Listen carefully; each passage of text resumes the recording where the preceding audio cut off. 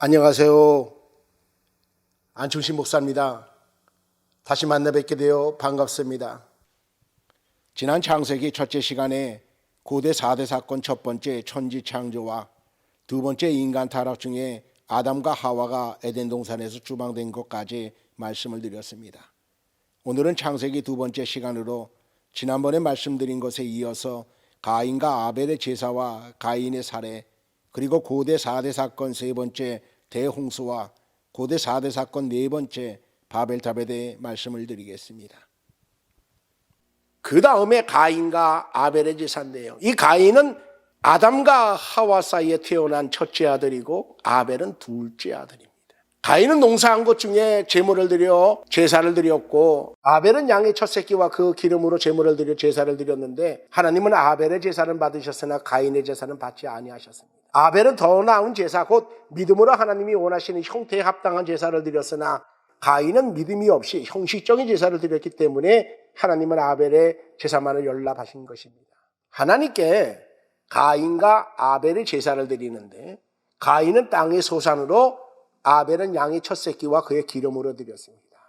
히브리서 11장 4절에 보니까 믿음으로 아벨은 가인보다 더 나은 제사를 하나님께 드림으로 의로운 자라 하시는 증거를 얻었으니 하나님이 그 예물에 대하여 증언하십니다.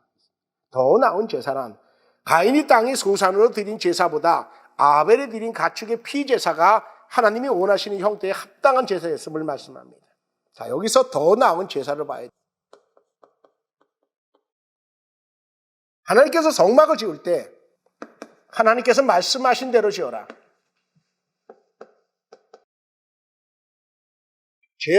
제사 역시 하나님께서 말씀하신 대로 제사 드려라. 하나님께서 방법을 일러주셨어요. 그래서 제사란 하나님께서 원하시는 형태, 그 형태가 뭐냐? 제사의 방법이에요. 하나님께서 원하시는 형태의 그 제사 드려야 된다는 겁니다. 그러면 가인과 아벨의 제사를 비교해 봅니다. 가인은 땅의 소산으로 드렸고 아벨은 양의 첫 새끼와 그의 기름으로 드렸다. 하나님께서 원하시는 것은 가축의 피제사였어요. 자, 여기를 보세요. 희생 제물의 피를 통한 속죄의 원리입니다. 죄의 싹은 사망으로 죄인은 하나님께 나아가지 못합니다. 그러나 죄인이 속죄를 받고 하나님께 나오는 법을 주셨는데, 그 법은 희생 제물의 피를 통한 속죄입니다. 죄인 곧 제주, 제사를 드리는 사람을 가리킵니다.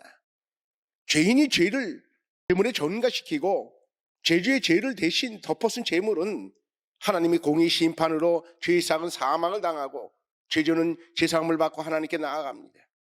이 속죄의 원리에서 보듯이 피 흘림이 없는 제사에는 결코 죄사함도 없으며 하나님께 나아갈 수도 없습니다. 그러므로 죄인은 하나님께 나아가려면 반드시 피의 제사를 드려야 하는 것입니다.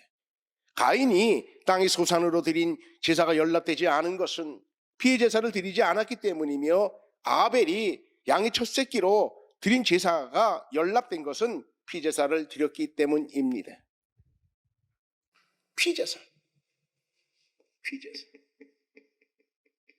자, 봅니다. 하나님께 인간이 나아가려면 반드시 희생제사가 필요해요.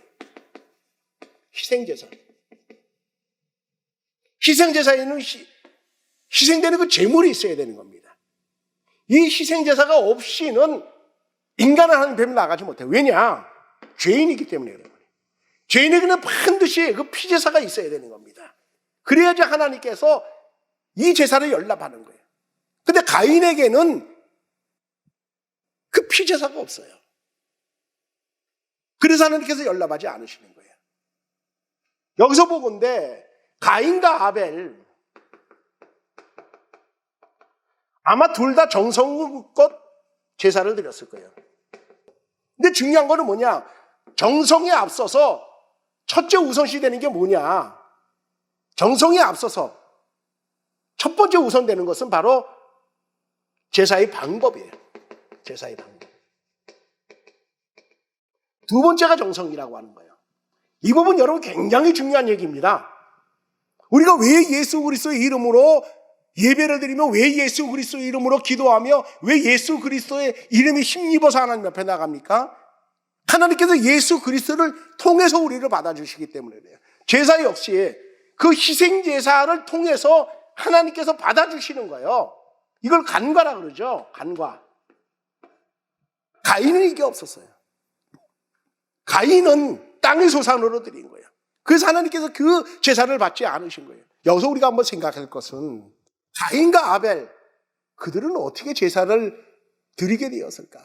이것은 아마 아담이나 하와나에게서 듣거나 아니면 하나님께서 직접 그 제사의 방법에 대해서 알려주셨을 거예요. 하나님은 분명히 알려주시고 그 다음에 제사가 잘못되어 있을 때 그 제사를 지적하시는 거예요.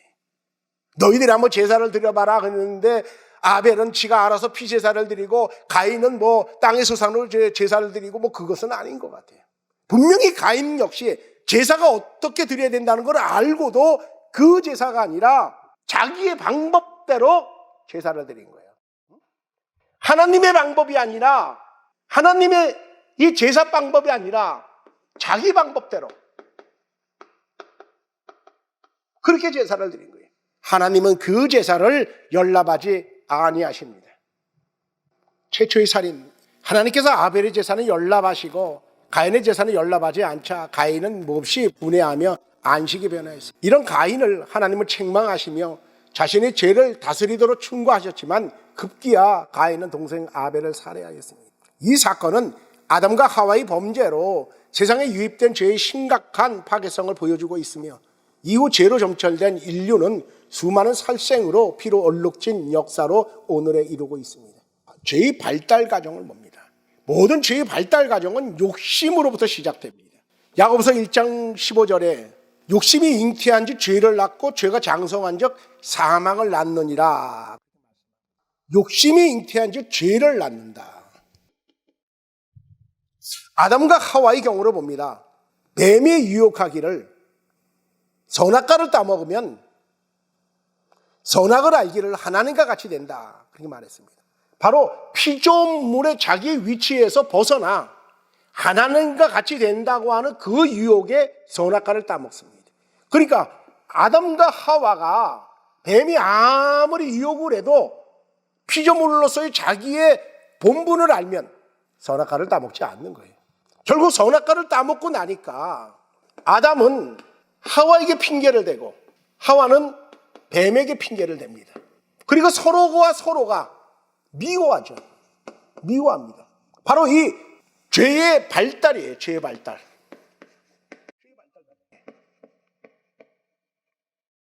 모든 것은 욕심으로부터 시작됩니다. 우리가 욕심을 버려야 돼요.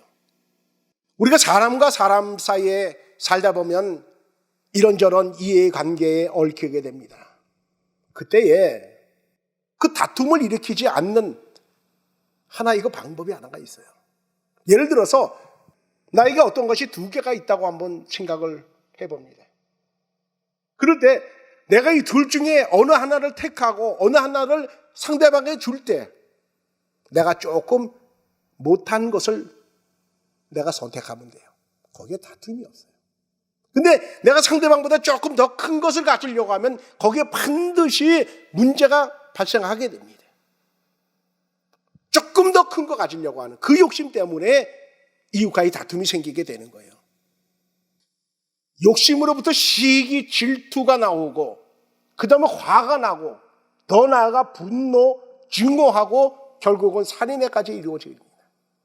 그러나 이 욕심을 제해버리면 이 시기, 질투, 화냄, 분노, 증오, 이 살인 이것이 애당초부터 사라지는 거예요. 그러므로 우리가 욕심을 버려야 되는 겁니다. 피조물이면 피조물의 그 위치에서 하나님의 말씀에 순종하고 그렇게 살아야 됩니다. 그것이 욕심을 버리는 거예요. 이웃과의 관계에서도 마찬가지입니다. 내가 조금 손해보는 쪽을 택하면 거긴 다툼이 없어요. 오히려 화목이 있어요. 가인은 동생 아벨을 죽인 형벌로 농사하던 가인은 땅을 떠나 유리하는 자가 되었습니다. 유리는 유리 표박의 준말로서 그 뜻은 일정한 집과 직업이 없이 이것저것으로 떠돌아다니는 것을 말합니다. 가인은 농사하는 자였는데 떠돌이가 되었다. 하나님의 심판인 거예요. 고대 4대 사건 세 번째 대홍수를 봅니다. 창세기 6장 5절에서 7절 말씀에 여호와께서 사람의 죄악이 세상에 가득함과 그의 마음으로 생각하는 모든 계획이 항상 악할 뿐임을 아시고 땅 위에 사람 지으셨음을 한탄하사 마음에 근심하시고 이르시되 내가 창조한 사람을 내가 지면에서 쓸어버리되, 그렇게 말씀하고 있습니다. 대홍수는 죄의 관용으로 인한 물의 심판이며 장차 있을 최후 불심판의 예표로서 중간 심판적 성격을 띠고 있습니다. 의인 노아에게 방주를 제작하게 하셨으며 노아 자신과 하나님을 믿는 자를 위한 방주 제작은 결과적으로 노아와 가족들만 승선하여 구원을 받았습니다. 방주 제작 120년은 심판전의 유예 기간입니다. 세상의 죄가 관영합니다. 아담 타락 이후 죄가 세상에 유입됩니다. 가인이 아벨을 살해합니다. 세 번째는 하나님의 아들들이 사람의 딸들을 아내를 삼습니다. 네 번째, 사람의 죄악이 세상에 가득합니다. 다섯 번째, 사람들이 마음으로 생각하는 모든 계획이 항상 악했다. 창세기 6장 2절에 보면 하나님의 아들들이 사람의 딸들의 아름다움을 보고 자기들이 좋아하는 모든 자로 아내를 삼는지라 했어요. 하나님의 아들들, 여기에 대한 견해가 있어요. 하나님의 천사다. 자, 근데 이 천사는요, 영적인 존재죠. 영적인 존재로 사람 사이에서 자식을 낳을 수가 없습니다. 두 번째는 경건한 셋의 후손입니다. 신약 성경에도 보면 성도들을 하나님의 아들로 표현합니다. 경건한 자를 하나님의 아들로 표현한다 그런 말이에요. 여기에 사람의 딸들, 하나님의 아들들을 이 경건한 사람으로 보았을 때 이 사람의 딸들은 경건하지 않은 사람을 말합니다. 이 경건한 사람들이 경건하지 않은 사람을 만나 결혼하면서 경건을 떠난 거예요. 성경에 보면 그들의 육신이 되니라, 그렇게 말씀하고 있죠. 하나님을 경외하는 신앙을 유지하며 경건한 삶을 살았던 자들이 하나님을 외면한 채 불경건하게 사는 자들과 상통하고 통혼하고 그들의 불신앙을 따라감으로써 영적인 사람이 육체의 정욕을 따라 세속적인 삶을 사는 육적인 사람이 되어버린 거예요. 그리고 그런 사람들이 보통 생각하는 것이 악했다. 모든 계획이 악했다. 그래서 세상은 죄악이 관영했다 그랬어요. 관영했다고 가득 찼다는 거예요. 사회가 온통 부패하여 무법천지가 되었다. 하나님을 찾는 사람이 없었다 그런 말이죠. 그러한 상태일 때 하나님은 창세기 5장에서 7절에 보면 대홍수로 사람과 가축과 기는 것과 공중의 새까지 지면에서 쓸어버릴 계획을 하셨습니다. 자, 방주를 120년간 지었다 그랬어요. 이것은 하나님의 120년 동안 심판을 유예한 유예 기간이에요. 신약 시대로 한번 봅니다. 예수 그리스도께서 십자가를 지시고 부활하시고 승천하셨어요. 그리고 성령께서 강림하시면서 교회가 세워졌어요. 주님은 본 그대로 다시 오신다. 그 재림을 약속하셨어요. 그러니까 이 교회는 주님이 다시 오실 이때까지가 복음 전파의 기회예요. 또 하나는 이때까지가 주님이 오셔서 심판하시는 심판 유예 기간이에요. 대홍수 때 하나님의 아들들이 경건하지 않은 사람들과 만나 결혼하면서 점점 육적인 사람이 됩니다. 그러자 하나님께서는요, 심판하신다는 거예요. 점점 그리스도인들이 세속화되고 세상 사람들과 같은 그러한 모습이 될 때 복음이 전파되는 것이 막히고 주님은 오셔서 세상을 심판하십니다. 반드시 여러분 기억하고 있어야 돼요. 지금이 세상 종말이라 다 그러지 않습니까? 하나님께서 심판을 유예하고 있다. 그것을 다 말하고 있어요. 요즘 우리나라를 보면서 하는 말들이 있어요. 성도 하나, 불신자를 예수 믿어 구원케 하는 것이 이삭 죽는 것보다 더 힘들다고 그러지 않습니까? 그러나 그럴수록 더욱 우리가 전도하고 예수를 믿게 해야 되는 거예요. 그것이 하나님의 아들들, 곧 성도들의 맡겨주신 그러한 사명인 거예요.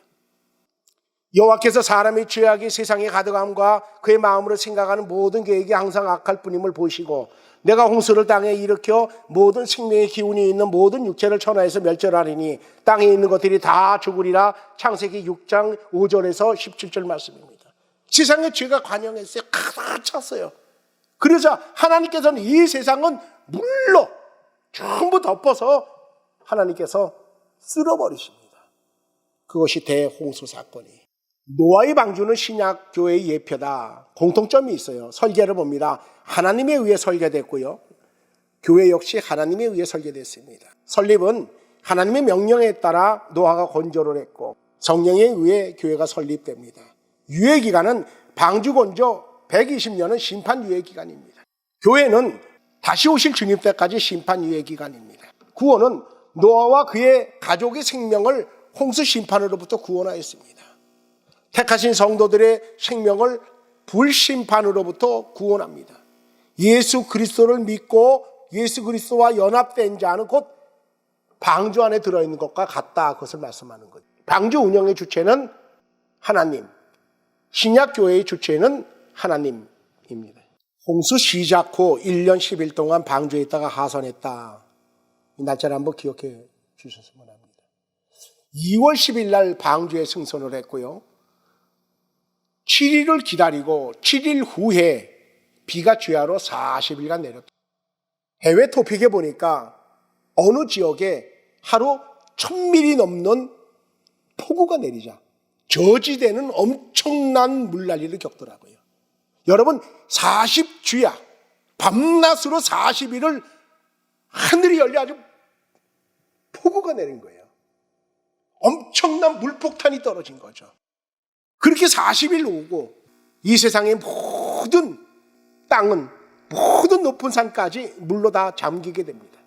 그렇게 해서 150일간 물이 넘쳤다 그랬어요. 쉽게 말하면 우리가 연상하기를 망망한 대해 저 태평양 한가운데에서 봤을 때 아무리 봐도 이쪽 저쪽으로 섬이 보이지 않는 그러한 상태, 그거로 생각하시면 됩니다. 육지가 전혀 안 보이는 상태란 말이죠. 그렇게 150일간 물이 넘쳤고 그 다음에 150일간 물이 말랐어요. 지면에 물이 거치고 70일간 땅이 마르고 그 다음에 방주에서 나오게 됩니다. 하나님의 심판은 엄청 무서운 거예요. 하나님에게는 사랑이 있고 공의가 있다 그러지 않습니까?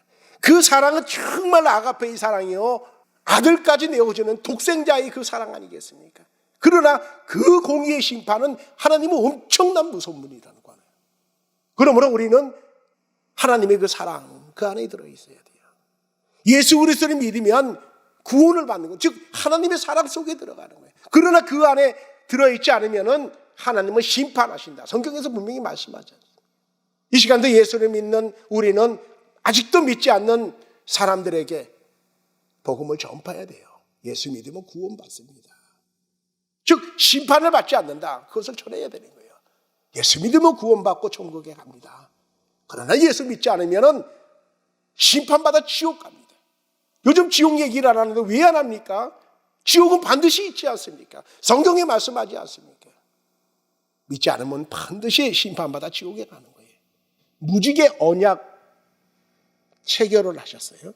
하나님께서는 사람은 물론 모든 생명이 있는 것들이 대홍수로 인하여 멸절하는 일이 없을 것이라 말씀하시고 그 언약의 증거로 무지개를 주셨어요. 대홍수로 멸절하는 일은 없다. 저는 이것을 볼 때 참 이것이 하나님의 은혜라 생각해요. 노아가 대홍수를 한번 겪어봤잖아요. 노아의 홍수, 노아가 홍수를 겪고 난 후 그 다음에도 폭우가 내렸을 것으로 생각합니다. 그때 노아가 이 하나님의 언약이 없었으면 겁이 나지 않았을까요? 말씀하셨기 때문에 그것을 알고 있는 노아는 폭우가 내려도 걱정하지 않았을 거예요. 이 무지개 언약은 하나님의 은혜입니다. 하나님의 사랑인 것이죠. 자, 노아 세 아들이 있죠. 첫째 아들 셈, 둘째 아들 함, 셋째 아들 야벳인데 하나님은 노아의 이 세 아들을 통해서 종족과 민족의 분화케 한다. 이 셈은 황인종의 조상으로 아시아 지역에 살게 되죠. 함은 흑인종의 조상으로 아프리카에 살고 있어요. 야벳은 백인종의 조상으로 유럽에 살고 있죠. 민족을 분화케 하는 거예요. 이 민족의 분화에는 하나님은 죄인들을 쓸어버리시고 다시금 노아의 자손들을 통해서 사람들이 번성하게 가시고 그 중에 하나님의 아들들을 통해서 구원의 역사를 이루어 가십니다. 이런 하나님의 계획이 있는 거예요. 고대 4대 사건 네 번째 바벨탑입니다. 온 땅의 언어가 하나요 말이 하나였더라. 이에 그들이 동방으로 옮기다가 신할 평지를 만나 거기 거류하며 서로 말하되 자 벽돌을 만들어 견고히 굽자 하고 이에 벽돌로 돌로 대신하여 역청으로 진흙을 대신하고 또 말하되 자 성읍과 탑을 건설하여 그 꼭대기를 하늘에 닿게 하여 우리 이름을 내고 온 지면에 흩어짐을 면하자 하였더니 창세기 11장 1절에서 4절 말씀입니다. 구음과 언어가 하나였더라. 언어가 하나고 말이 하나였다는 거죠. 인류가 신할 평지로 이동하였다. 이 바벨탑 사건은요, 아담이 타락, 그 다음에 가인이 살해, 죄와 관영, 그래서 대홍수, 그리고 바벨탑 사건이 나옵니다. 이 같은 연장선상에서 보아야 돼요. 언어와 말이 하나였던 저들이 신할 평지로 이동해서 바벨탑을 높게 쌓아 자기들의 이름을 내고 흩어지지 말자. 바벨탑을 쌓는 목적입니다. 앞서도 말씀드렸어요. 인간은 그 피조물의 위치에, 피조물의 자기 위치에 이것을 떠나면 안 되는 거예요. 피조물은 창조주 하나님께 섬겨야 됩니다. 영광을 돌려야 되는 거예요. 그것이 피조물의 본분이에요. 그런데 저들이 어떻게 했습니까? 자기의 이름을 낸다. 자기를 드러낸다는 거예요. 여기 하나님이 없죠. 아담이 타락하고 가인이 살해를 하고 죄악이 간영하면서 하나님께서 물로 세상을 심판하셨는데 또 사람들이 번성하면서 하나님을 떠나 사는 거예요. 하나님을 떠나 사는 거예요. 여러분, 죄가 이렇게 무서운 거예요. 분명히 저들은 노아의 홍수에 대해서 들었을 거예요. 죄가 무엇인지에 대해서 분명히 들었을 거예요. 그럼에도 불구하고 저들은 자기 이름을 내기 위해서 신할 평지로 모여서 바벨탑을 쌓는 겁니다. 이 바벨탑은요, 아마 멀리서 봤을 때에도 보이는 그렇게 높이 쌓자는 거예요. 그래서 우리가 모이자, 뭉치자, 하나 되자. 뭉치자는 거예요. 하나 되자.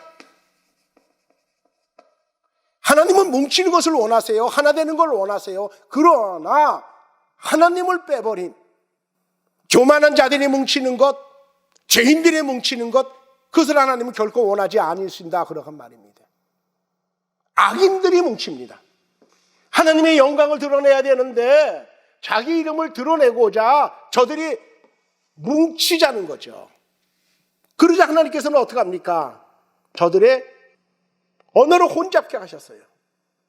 한 언어를 가지고 소통하자 하나님은 저들이 서로 소통하지 못하도록 언어를 혼잡게 하신 겁니다. 하나의 언어를 가졌기 때문에 바벨탑을 쌓았다고 평하시고 강권 개입하셔서 언어를 혼잡하게 하셨다. 그러자 그들은 성 쌓기를 그쳤다. 그 이름을 바벨탑이라. 오늘 이 시간은 전 인류의 역사 1장에서 11장까지 인간 타락, 고대 4대 사건에 대해서 천지창조, 아담 타락, 대홍수, 바벨탑에 대해서 말씀을 드렸습니다. 다음 시간에 이스라엘의 원역사 12장에서 50장, 인간구원, 이스라엘의 4대 족장, 아브라함, 이삭, 야곱, 요셉에 대해서 말씀드리겠습니다. 들어주셔서 감사합니다.